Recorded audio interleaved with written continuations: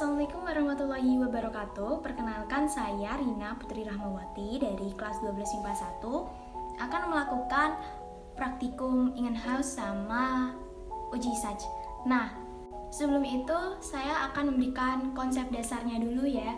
Jadi itu dalam praktikum ini kita akan melakukan atau membuktikan dua reaksi yang ada di fotosintesis. Yang pertama itu adalah reaksi terang dan yang kedua itu adalah reaksi gelap. Reaksi terang ini akan kita uji melalui uji in-house yang ada proses fotolisisnya. Kalau yang di reaksi gelap, kita akan melakukan dengan uji SAJ di mana ATP dan NADPH yang dihasilkan pada reaksi terang akan dirubah menjadi glukosa. Selamat menonton. Uji in-house. Uji ini ditemukan oleh Jane Ingenhouse untuk membuktikan bagaimana tumbuhan mampu mengubah cahaya menjadi energi kimia. Adapun tujuannya adalah untuk mengetahui faktor-faktor serta membuktikan bahwa proses fotosintesis mampu menghasilkan O2. Untuk alat dan bahannya seperti ini. Nah, selanjutnya adalah langkah-langkahnya.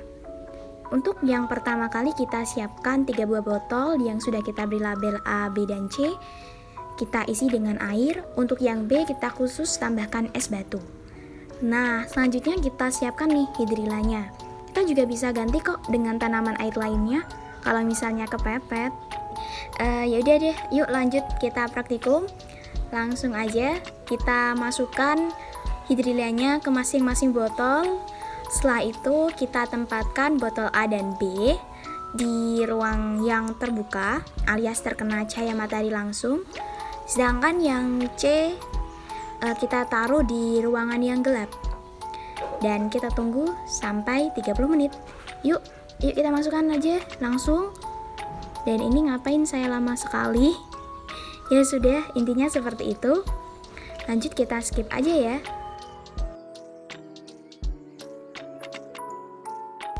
Nah, ini dia udah kita tempatin, terus ya udah kita amati. Nih yang botol A. Waduh, ini banyak banget gelembungnya. Kalian harus hati-hati kalau misalnya kita kegeser aja nanti gelembungnya bisa juga hilang. Lanjut ke botol B. Yang botol B aku nggak melihat adanya gelembung. Mungkin karena suhunya terlalu dingin ya, jadi tidak ada gelembungnya. Ya udah, kita lanjut ke C. Yang C juga nggak ada gelembungnya sama sekali. Nih, terlihat kan?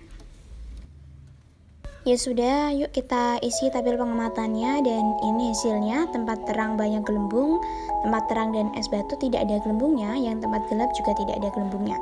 Nah, mungkin ada yang sebagian orang yang ditambah es batu itu menghasilkan gelembung.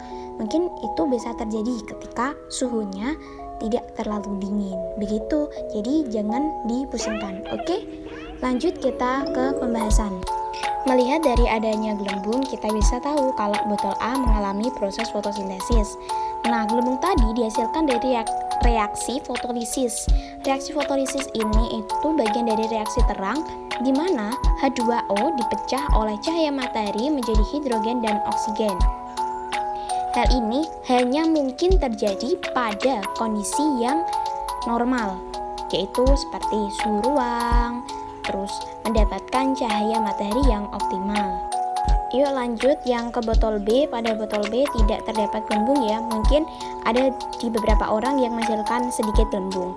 Nah, hal ini karena reaksi fotosintesisnya terganggu oleh suhu air yang rendah. Suhu air yang rendah mampu mengganggu kerja enzim pada proses fotosintesis, di mana proses fotosintesis ini merupakan bagian dari proses anabolisme. Yuk kita lihat grafiknya. Grafik fotosintesis terhadap itu ya suhunya. Nah, ketika suhunya rendah maka hasilnya pun sangat sedikit begitu. Kalau yang suhunya optimal seperti di tengah-tengah itu maka hasilnya akan tinggi. Nah, ketika semakin panas maka hasilnya juga akan sedikit karena enzim yang menyebabkan fotosintesis tersebut rusak sebab mengalami denaturasi. Denaturasi itu terjadi pada protein, jadi proteinnya pecah. Kenapa protein? Karena enzim itu sebagian besar tersusun oleh protein. Lalu kita ke botol C. Botol C juga tidak ada gelembungnya. Hal ini karena reaksi fotolisis tidak terjadi. Jadi syarat adanya reaksi fotolisis itu terkena sinar matahari, kan foto. Jadi dia itu butuh matahari untuk melisiskan H2O-nya. Nah, cahaya sangat berpengaruh terhadap proses fotosintesis, meliputi dari panjang gelombangnya, intensitasnya, lama pencahayaan, serta nanti kita akan bahas mengenai cahaya yang pas untuk fotosintesis di slide berikutnya. Cahaya yang mampu ditangkap oleh sistem pemanen cahaya atau fotosistem itu berkisar antara 380 hingga 750 nanometer. Pada reaksi terang, fotosistem terbagi menjadi dua, yaitu fotosistem 1 yang menangkap gelombang cahaya di kisaran angka 700 nanometer, fotosistem 2 menangkap cahaya di kisaran 680 nanometer. Yang menangkap adalah klorofil A. Selain klorofil A juga ada klorofil B dan karotenoid. Begitu. Untuk kesimpulannya adalah fotosintesis menghasilkan oksigen, cahaya, dan suhu merupakan faktor eksternal yang memengaruhi fotosintesis. Nah, yang menghasilkan oksigen itu sebenarnya adalah H2O, bukan CO2-nya. Oke, lanjut kita ke uji Sachs. Untuk uji Sachs ditemukan oleh Julius von Sachs, di mana ingin membuktikan bahwa hasil dari reaksi gelap atau fotosintesis yaitu adanya amilum yang kita bisa uji dengan iodin atau iodium itu. Tujuannya adalah untuk membuktikan bahwa proses fotosintesis memerlukan cahaya serta hasil dari proses fotosintesis itu adalah amilum. Untuk alat bahannya seperti ini ya. Lanjut kita ke praktikumnya aja. Langsung kita petik panennya, kita buka, terus kita rebus sampai airnya jadi hijau. Lalu kita pindahkan ke mangkok yang sudah kita isi alkohol, terus kita rebus seperti ini sampai daunnya berubah warna. Ini dia berubah warna menjadi hijau pucat, lalu kita bilas. Tahap terakhir kita tinggal teteskan povidone iodin atau betadine. Dia hasilnya tampak yang lebih gelap sama yang terang. Yang gelap itu berarti yang tidak tertutup, kalau yang terang tertutup. Ini dia tabel pengamatannya, bisa diamati teman-teman.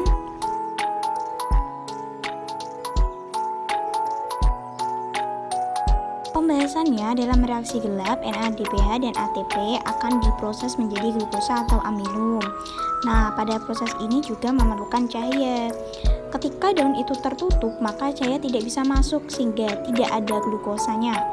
Tanda tidak ada glukosa itu warnanya lebih terang ya.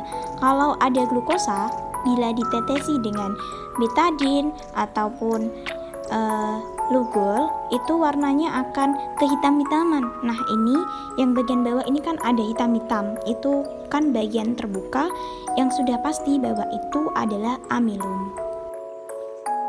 Nih teman-teman, biar lebih paham, tadi siklus Kelvin terdiri dari fiksasi, reduksi, serta regenerasi. Jadi dari CO2 tadi difiksasi dengan bantuan oleh Rubisco.